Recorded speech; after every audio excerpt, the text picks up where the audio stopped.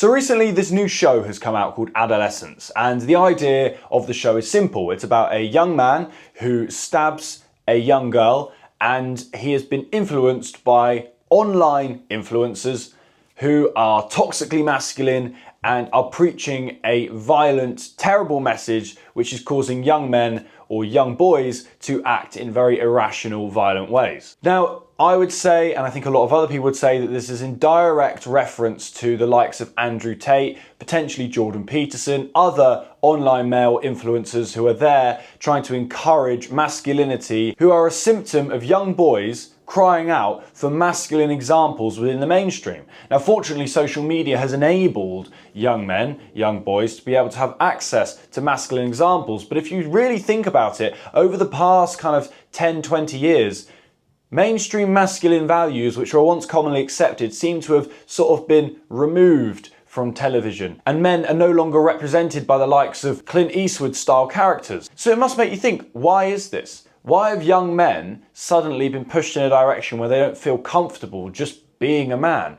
Obviously, we have this kind of insane approach to mass inclusivity and the idea that men can transition into women and vice versa. We have a huge agenda within the education system when it comes to pronouns, etc. This is going to have an effect on men where it feminizes them and puts them in a certain area which is not akin to the sort of natural characteristics that come along with masculinity. So now we have this new show, and the idea is it highlights how harmful the likes of Tate and other individuals are when it comes to influencing young men. Well, I don't necessarily think it is all harmful and that we should just write off all male influences on young men, because ultimately men have played a vital role in history, and they are going to need to continue to play that vital role in the future of our country. It's men who have built the roads, fought in wars, men pursue engineering, men have a track record for contributing great things to society. So if we remove that and we start feminizing men and we start pushing back against young boys wanting to be quite traditionally masculine, then we're going to enter a huge problem. This has now been debated in Parliament. This has now been brought up in the political mainstream many times, to a point where it's kind of weird that there is this obsession with young men needing to be kind of beaten down and pushed back when it comes to supporting traditional masculine approaches. At home, we are watching Adolescence with our children. I've got a 16-year-old boy and a 14-year-old girl, and it's a very, very good documentary to watch, or drama. This violence carried out by young men, influenced by what they see online, is a real problem. It's abhorrent, and we have to tackle it.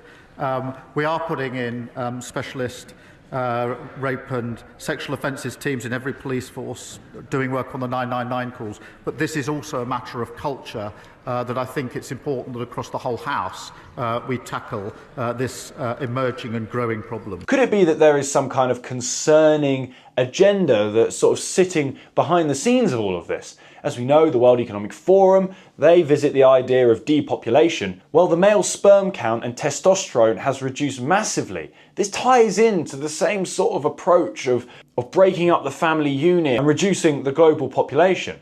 Now, maybe this is too far-fetched. It could be that some people think I'm being absolutely crazy. I'm not saying I'm right. I'm just saying let's give it some thought. Furthermore, it's men that push back.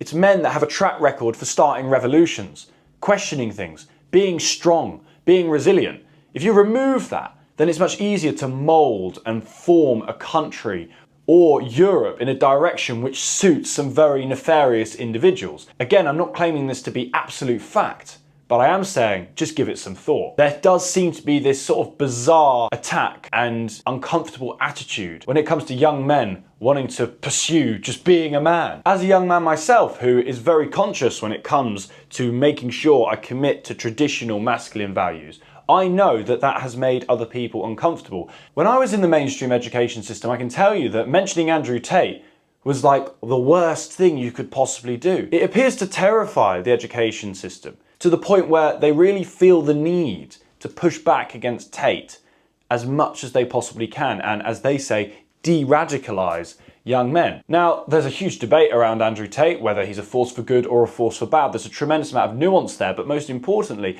I would highlight the fact that they're very happy having individuals like Lil Nas put into the mainstream, in the public eye, for young men to see, where he's literally in a music video being quite sexually provocative with somebody dressed as the devil. Same applies to Sam Smith, or you've got the likes of Eminem dressing up as a woman, or you have Harry Styles dressing up as a woman and saying that it's important that men embrace kind of queer and LGBTQIA, etc. ideologies. That's all okay to be in the public eye. That's okay for young men to observe. But when it comes to the likes of Peterson, Tate, David Goggins, etc., oh, outrageous, you can't possibly talk about that. And these young men need de-radicalizing. Again, it's very bizarre. And I think it continues to tie in to the insanity which is the mainstream media, the mainstream narratives, and this illogical approach to governing our country that we have now seen over the past 5 years specifically. I ask that parents give this some thought, and I also ask that those who like this kind of content, who are interested in alternative ideas and debate, support UK Column. Head over to their website. You can subscribe for a monthly price, you can subscribe for a whole year for a one-time price, or alternatively you can become a lifetime member.